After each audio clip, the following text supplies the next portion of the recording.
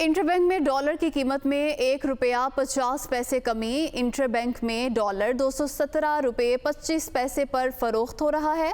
Dollar की कीमत में 3 रोज में 4 रुपये 67 पैसे की कमी हुई है। इंटरबैंक में डॉलर की कीमत में कमी आई है। आज भी 1 रुपया 50 पैसे कमी रिकॉर्ड की गई है। डॉलर 217 रुपये 25 पैसे पर फरोख्त हो रहा है। डॉलर की कीमत में 3 रोज में 4 रुपये 67 पैसे की कमी हुई है। रुपया मजबूत हो रहा है। गुज़िश्ता कुछ रोज़ से डॉलर की कदर में कमी आ रही है IMF प्रोग्राम की बहाली के बाद से, और आज भी ये सिलसिला जारी है। आज भी डॉलर की कीमत में 1 रुपया 50 पैसे की कमी हुई है।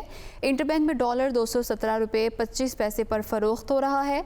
डॉलर की कीमत में 3 रोज़ में 4 रुपये 67 पैसे कमी हुई है। इंटरबैंक में डॉलर की कीमत में कमी हुई है।